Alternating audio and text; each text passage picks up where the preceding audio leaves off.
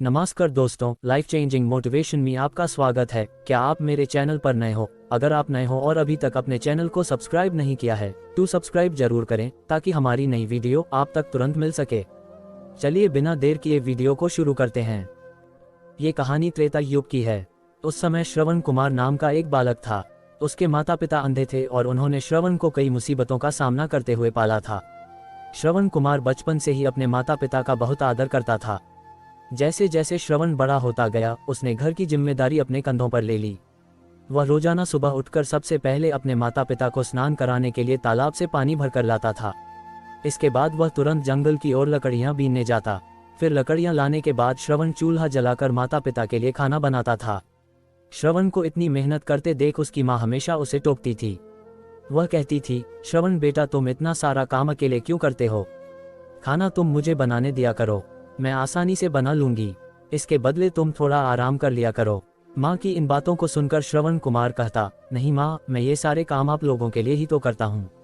भला अपने माँ बाप के लिए किए गए कामों में कैसी थकान, उल्टा मुझे तो खुशी मिलती है। श्रवण कुमार की इन बातों को सुनकर उसकी माँ भावुक हो गई। वो रोज भगवान से प्रार्थना करती, हे प्रभु, इतना ध्यान रखने वाला श्रवण जैसा बेटा हर माता पिता के घर पैदा हो। श्रवण के माँ बाप नियमित रूप से भगवान की आराधना करते थे। वह उनके लिए फूल और पूजा की अन्य सामग्री लाता, फिर खुद भी बिना देर किए माता पिता के साथ पूजा में शामिल हो जाता था। श्रवण कुमार धीरे धीरे बड़ा हुआ और जल्दी से घर के कार्यों को खत्म करके बाहर काम पर निकल जाता था। एक दिन श्रवण अपने माता पिता के साथ बैठा था, तभी उन्होंने श्रवण से कहा, बेटा, तुमने हमारी हर ख्वाहिश पूरा की है। अब हमारी केवल एक ही इच्छा है जिसे हम पूरी करना चाहते हैं। ये सुन श्रवण ने उनसे पूछा, ऐसी कौन सी इच्छा बाकी है जिसे आप पूरा करना चाहते हैं? आप केवल आदेश दें, मैं आपकी हर ख्वाहिश को पूरा करूंगा। इस पर श्रवण के पिता ने कहा, बेटा, अब हम बूढ़े हो चुके हैं और हम चाहते हैं कि मरने से पहले तीर्थ यात्रा के लिए जाएं। भगवान के शरण में जाकर हमें सुकून की प्राप्ति होगी। अपने माँ बाप की बात सुनकर श्रवण कुमार सोचने लग गया कि वह उनकी इस इच्छा को कैसे पूरा करेगा। उस समय बस और ट्रेन की सुविधा नहीं थी, साथ ही उसके माता पिता देख भी नहीं सकते थे। ऐसे में उन्हें तीर्थ यात्रा कराना भला कैसे संभव हो पाता। तभी श्रवण कुमार को एक तरकीब सूझी। वह तुरंत बाहर गया और वहां से 2 बड़ी टोकरी लेकर आया। उसने उन दोनों टोकरियों को एक मजबूत डंडे में मोटी रस्सी के सहारे लटका कर एक बड़ा सा तराजू बना लिया। फिर श्रवण कुमार ने उस तराजू में अपने माँ बाप को बारी बारी से गोद में उठाकर बैठा दिया। उसके बाद तराजू को अपने कंधों पर लेकर उन्हें तीर्थ यात्रा पर लेकर निकल पड़ा। वह लगातार कुछ दिनों तक अपने माता पिता को एक के बाद एक सभी पवित्र स्थलों पर घुमाने लगा। इस दौरान श्रवण कुमार ने अपने माता पिता को प्रयाग से लेकर काशी तक के दर्शन कराए। माता पिता को घुमाते समय श्रवण कुमार उन्हें उन जगहों के बारे में भी बताते चलता था, क्योंकि वह आंखों से उस दृश्य को नहीं देख सकते थे। अपनी बेटे की मेहनत को देख उसके माता पिता बहुत खुश थे। उन्होंने एक दिन श्रवण से कहा, बेटा, हम देख नहीं सकते, लेकिन कभी भी हमें इस बात का दुख नहीं हुआ। तुम हमारे लिए हमारी आंखें हो। तुमने हमें जिस तरह सारे पवित्र स्थानों की कथा सुनाकर उनके दर्शन कराए हैं, ऐसा लगता है जैसे कि हमने सच में प्रभु के दर्शन अपनी आंखों से किया हो। अपनी माता पिता की बातें सुनकर श्रवण ने कहा, आप लोग ऐसी बातें न करें। बच्चों के लिए माता पिता कभी भी बोझ नहीं होते, ये तो बच्चों का धर्म होता है। एक दिन श्रवण कुमार आराम करने के लिए अयोध्या के पास अपने माता पिता के साथ रुका। तभी उसकी माँ ने पानी पीने की इच्छा जताई। श्रवण को पास में ही एक नदी दिखाई दी। उसने अपने माता पिता से कहा, आप दोनों यहाँ आराम करें, मैं आप लोगों के लिए अभी पानी लेकर आता हूँ। नदी के पास पहुंचकर श्रवण कुमार कमंडल में पानी भरने लगा। उसी जंगल में अयोध्या के राजा दशरथ भी शिकार के लिए पहुंचे थे। पानी में हलचल की आवाज सुनकर उन्हें लगा कि कोई जानवर पानी पीने आया है। उन्होंने बिना देखे केवल ध्वनि सुनकर ही अपना तीर चला दिया।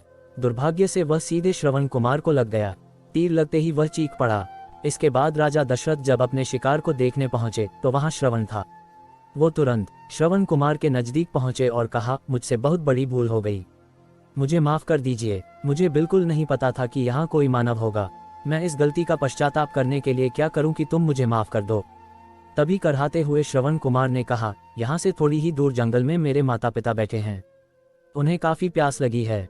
आप उन तक ये पानी पहुंचा दीजिए और मेरे बारे में उन्हें कुछ भी न बताएं। इतना कहते कहते श्रवण कुमार की सांसें रुक गईं। श्रवण कुमार की मौत से राजा दशरथ सुन्न पड़ गए। किसी तरह वो श्रवण कुमार के बताए अनुसार जल लेकर उसके माता पिता के पास पहुंचे। श्रवण के माता पिता अपने बेटे की आहट को बखूबी पहचानते थे। जब राजा दशरथ उनके करीब पहुंचे तो उन्होंने आश्चर्य से पूछा, तुम कौन हो और हमारे श्रवण को क्या हुआ? वह क्यों नहीं आया? राजा दशरथ उनके सवालों का जवाब नहीं दे पाए। उन्होंने चुपचाप पानी उनकी तरफ बढ़ा दिया। तभी श्रवण की मां ने चिंतित स्वर में जोर से कहा, तुम कौन हो और मेरा बेटा कहाँ है, ये बताते क्यों नहीं हो? श्रवण की मां की चिंता देखकर राजा दशरथ ने कहा, मां मुझे माफ कर दीजिए। शिकार करने के लिए मैंने जो तीर चलाया था वो सीधे आपके बेटे श्रवण को जा लगा। उसने मुझे आप लोगों के बारे में बताया, इसलिए मैं यहाँ पानी लेकर चला आया। इतना कहकर राजा दशरथ चुप हो गए। राजा दशरथ की बात सुनकर श्रवण की मां जोर जोर से रोने लगी। उन दोनों ने अपने बेटे की मौत के गम में राजा दशरथ के लाए हुए पानी को हाथ तक नहीं लगाया। श्रवण के पिता ने तभी राजा दशरथ को पुत्र वियोग का श्राप दे दिया। कुछ ही देर बाद श्रवण के माता पिता ने अपने प्राण त्याग दिए। बताया जाता है कि श्रवण कुमार के पिता के श्राप के परिणामस्वरूप ही राजा दशरथ को अपने पुत्र राम से दूर रहने पड़ा था। राजा दशरथ के इस श्राप को पूरा करने के लिए ही भगवान राम को 14 वर्षों का वनवास हुआ, जिसका माध्यम दशरथ की पत्नी कैकेयी बनी। श्रवण के पिता की ही तरह राजा दशरथ भी अपने बेटे से दूरी को बर्दाश्त नहीं कर पाए और उन्होंने अपने प्राण त्याग दिए। कहानी से सीख, हर बच्चे को अपने माता पिता की सेवा श्रवण कुमार की तरह ही निस्वार्थ भाव से करनी चाहिए। यही उनका सबसे बड़ा कर्तव्य है। हमें आशा है कि आपको वीडियो पसंद आया रहेगा। अगर आपका भी कुछ सुझाव है तो आप मुझे कमेंट जरूर करें। आज के लिए इतना ही। मिलते हैं आगे एक नए वीडियो के साथ।